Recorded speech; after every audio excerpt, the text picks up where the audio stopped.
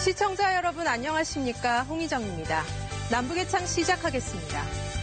안녕하십니까? 김명주입니다. 오늘 준비한 주요 소식부터 보시겠습니다.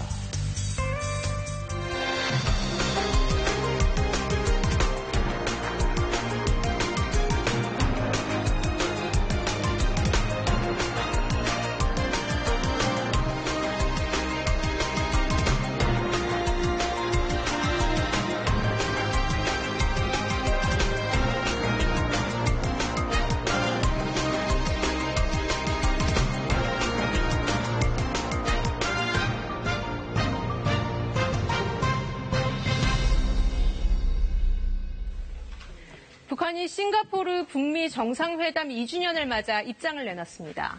미국의 군사 위협에 대비해 힘을 키우겠다고 했고 더 이상 대가 없이 미국의 치적 보따리를 안겨주지 않겠다라고 했는데요. 이렇게 강경한 입장을 내놨지만 북미 협상 파기를 선언하진 않았고 대가를 언급했다는 점에서 여전히 협상의 여지는 남긴 것으로 평가됩니다. 하지만 남측과는 대북전단을 빌미로 긴장 구도를 만들고 있습니다. 이슈엔 한반도 정은지 리포터입니다. 마스크를 낀 북한 주민들이 주먹을 휘두르며 행진합니다. 남측을 겨냥한 원색적인 비난이 적힌 현수막과 팻말도 눈에 띕니다. 지난 4일 김여정 노동당 제1부부장이 대북전단 살포를 문제 삼은 뒤 북한에서는 연일 대규모 시위가 벌어지고 있습니다. 우리의 최고 전업을 모독한 지난당대의 대가를 통해 신변의 불변하고 포부자는 것, 이것이 바로 우리 청년들의 의지입니다. 북한 관영 매체에는 남측을 비난하는 기사가 잇따라 실렸습니다. 대외 선전 매체들은 남한 당국의 친미 사대로 인해 남북 관계가 파국으로 치닫고 있다며 책임을 돌렸습니다. 민족 내부 문제를 정의관계와 엮어놓았으니 지식도 상식도 무. 곤곤이 상전에게 모리를 조아리며 승인받으러 다녔으니 주견도 결단력도 무.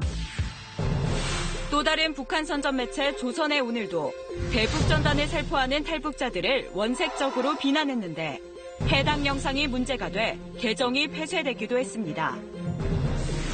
북한은 첫 보복 조치도 단행했습니다. 2018년 남북정상회담 이후 유지되던 통신선을 전부 차단한 겁니다. 남북 정상 간 직통 연락선은 물론 남북공동연락사무소와 군 통신선, 상선 공용망 등이 모두 포함됐습니다. 이번 조치는 남조선 것들과의 일체 접촉 공간을 완전 격피하고 불필요한 것들을 없애버리기로 결심한 첫 단계의 행동이다. 북한은 또 대남 사업을 대적 사업으로 바꾸겠다는 방침도 밝혔습니다. 우리 측을 적으로 규정한 건데 김여정 노동당 제1부부장의 지시라는 점도 분명히 했습니다. 북한은 과거 남북 관계가 고비를 맞을 때마다 연락망을 끊어버리며 대남 압박을 이어왔습니다. 북한 선박은 남북 해운 합의서에 의해 허용된 우리 해역의 어떠한 해상 교통로도 이용할 수 없습니다. 북한의 천안함 피격에 대응해 정부가 도입한 5.24 대북제재 조치. 당시 북한은 이를 비난하며 판문점 채널을 7개월 동안 닫아 걸었습니다. 북한의 3차 핵실험 직후 한미 합동 군사훈련이 전개되자 북한은 남북 채널을 폐쇄하며 불만을 드러냈고 이미의 시각에 전쟁의 불집이 터지게 되어 있는 상황에서 쌍방 군부 사이에 개설된 북남 군 통신은 더 이상 필요 없게 되었다. 2016년 2월 북한의 광명성 사후 발사에 남측이 개성공단 운영 중단으로 대응하자 또다시 판문점 채널과 군 통신선을 끊었습니다.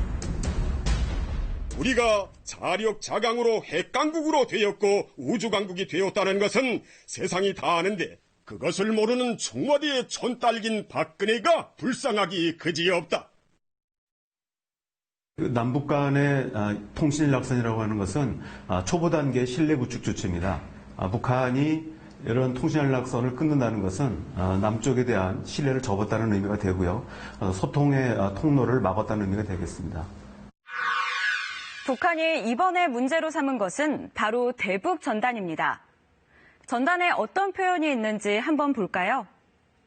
김정남 피살 사건을 언급하며 김 위원장을 악마, 인간 백정이라고 꼬집는가 하면 김 위원장이 해마다 10대 소녀 300명을 기쁨조로 선발한다는 내용도 보이는데요. 그렇다면 북한은 왜 해묵은 대북 전단 문제를 지금 이 시기에 꺼내든 걸까요? 강화군 성모도 바닷가로 나가는 길목을 굴착기 한 대가 가로막고 있습니다. 뿌리째 뽑힌 나무들도 쌓여 있습니다. 탈북민 단체의 대북 쌀 보내기 행사를 막기 위해 주민들이 버려놓은 겁니다. 첫째, 불안하고요. 혹시 그쪽에서 오판을 할까 불안해하고, 두 번째는 쓰레기가 문제 때문에 심각합니다. 그 쓰레기가 저희들이 천상 다 쳐야 되고, 바다 근처에 가면 저런 쓰레기가 굉장히 많아요. 주민과 경찰의 제지로 탈북민 단체들의 쌀 보내기 행사는 잇따라 무산됐습니다. 왜 이제 와서 막는 사람들은 다 빨개를 돼 보여요. 휴전선 인근 접경 지역에서 대형 풍선에 넣어 날려보내는 대북 전단에는 3대 세습 등 북한 정권을 비판하는 내용이 주로 적혀 있습니다. 이제 북한은 멀지 않아 이제 망하게 된다는 그 딱 보는 순간에 충격이 오더라고요. 야, 이게 뭐야? 그 다음에 거기가 그 어린애가 뭐 이 무슨 나라를 이끌 수 있나 이런 식의 내용과 그리고 이제 조금 있다가 북한에서 쿠데타가 일어난다 이런 내용이 좀 충격을 많이 받았죠. 그때 당시에는 반반이었어요. 야, 이게 무슨 빨갛지도 않는 소리 하고 있다 하면서도 한쪽으로는 아, 진짜 저 사람이 지도자, 후계자로 나서가지고 바로 됐잖아요. 뭐 얼마 진짜 걸리지 않았거든요.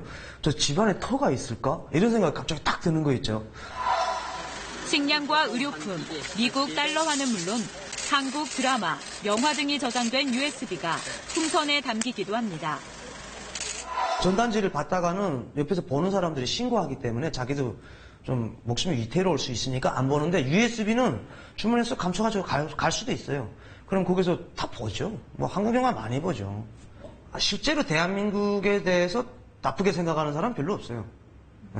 그냥 다 잘 사는 나라라는 건 다 알죠, 이제. 과거에도 북한은 대북 전단을 빌미로 긴장을 고조시키곤 했습니다. 특히 박근혜 정부 때인 2014년에는 위협을 넘어 실제 군사 행동도 취했습니다. 경기도 연천 지역에서 민간단체가 날린 대북 전단을 향해 총격을 가한 겁니다. 남조선 당국이 이번 비라살포 난동을 허용하거나 묵인한다면 북남 관계는 또다시 수습할 수 없는 파국으로 치닫게 될 것이며 이후 정부는 경찰관 직무집행법 등을 근거로 대북 전단 살포를 막아왔습니다. 법원도 2016년 주민 안전이 위협받을 경우 표현의 자유를 제한할 수 있다는 판단을 내놨습니다.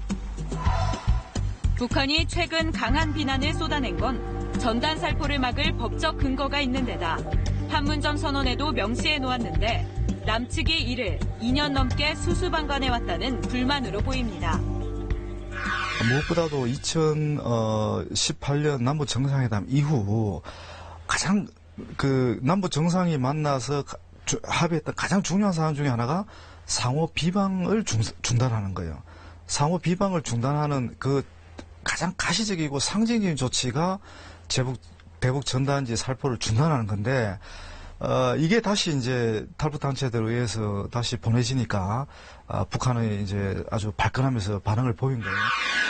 대북 전단 살포를 명분으로 삼고 있지만, 실은 코로나19와 경제 성과 부진 등으로 흉흉해진 민심을 외부로 돌리려는 의도란 분석도 있습니다. 노동당 창건 75주년을 제대로 그야말로 객관식별로 성과적으로 빛낼 수가 없게 된 상황에서 된 것이 하나도 없는데, 그렇지 않고 지금 속이 터져서 지금 뭔가 지금 화를 내고 싶은데 남쪽에 삐라가 걸려납니다. 적대감이라는 말을 노골적으로 쓰고 있어요. 대남 적대감으로 지금 똘똘 뭉쳐서 어려움을 돌파해야 될 정도 북한 내부가 매우 어렵다고 생각합니다. 우려되는 건 북한의 다음 수순입니다. 앞서 김여정 제1부부장은 담화에서 개성공단 완전 철거나 9.19 남북군사합의 파기 등도 각오하라고 경고한 바 있습니다.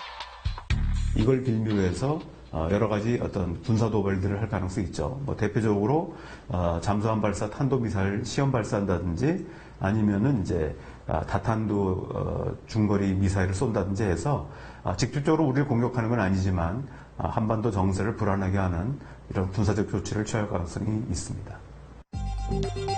정부는 승인 없이 북한에 전단을 살포하고 쌀을 보낸 탈북민 단체 2곳을 경찰에 고발하고 비영리 법인 설립 허가도 취소하기로 했습니다. 평화 통일에 이바지하고 탈북 청소년을 돕겠다는 설립 취지와 달리 남북 간 긴장을 초래했다는 이유에서입니다. 일부 민간단체들이 대북 전단 및 물품 등을 계속 살포해 온 데 대해 깊은 유감을 표명합니다. 정부는 앞으로 대북 전단 및 물품 등의 살포 행위를 철저히 단속하고 위반 시 법에 따라 엄정히 대응할 것입니다. 대남 비난 수위를 끌어올린 북한이 이번에는 미국까지 겨냥하는 모습입니다. 미 국무부가 북한의 최근 행보에 실망했다고 언급한 데 대해 북한 외무성이 남북 관계에 참견하지 말라고 경고했는데요. 김정은 위원장은 대남 언급 없이 민생 행보에 집중하는 모습입니다.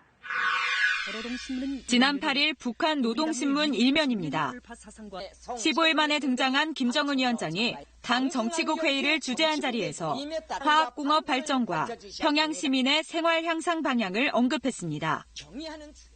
나라의 자립경제를 더욱 발전시키며 인민들의 생활을 향상시키는 데서 나서는 일련의 중대한 문제들이 심도 있게 도의됐습니다. 북한이 최악의 경제난을 겪는 가운데 김 위원장이 민생에 집중하는 행보를 보인 겁니다. 북한은 미국을 겨냥해 쓴소리도 쏟아냈습니다. 이성건 외무상은 싱가포르 북미 정상회담 2주년을 맞은 12일 북한의 변함없는 전략적 목표는 미국의 장기적인 위협을 관리하기 위해 확실한 힘을 키우는 것이라고 밝혔습니다. 앞서 권정근 북한 외무성 미국 담당국장이 미국을 향해 남북 관계에 참견하지 말라고 한 데 이어 비난 수위를 한층 높인 겁니다. 미 외무상은 또 트럼프 행정부가 그동안 치적 쌓기에만 매달려왔다며 다시는 아무런 대가 없이 치적선전 보따리를 던져주지 않을 것이라고 주장했습니다. 하지만 북한이 싱가포르 합의 파기를 선언한 것은 아니고 대가를 언급했다는 점에서 협상 여지를 완전히 차단한 것은 아니란 분석도 나옵니다. 미 국무부 대변인도 북미 간 싱가포르의 약속 실현을 위해 유연하게 접근할 수 있다는 뜻을 거듭 밝혔습니다. 북한이 대북 전단 문제를 고리로 남측을 압박한 데 이어 미국에도 견제구를 던졌습니다. 하지만 비난 수위는 조절하는 모습이어서 북미 대화 교착 상황에서도 추이를 지켜보며 협상 여지를 남겨두려는 것으로 분석됩니다.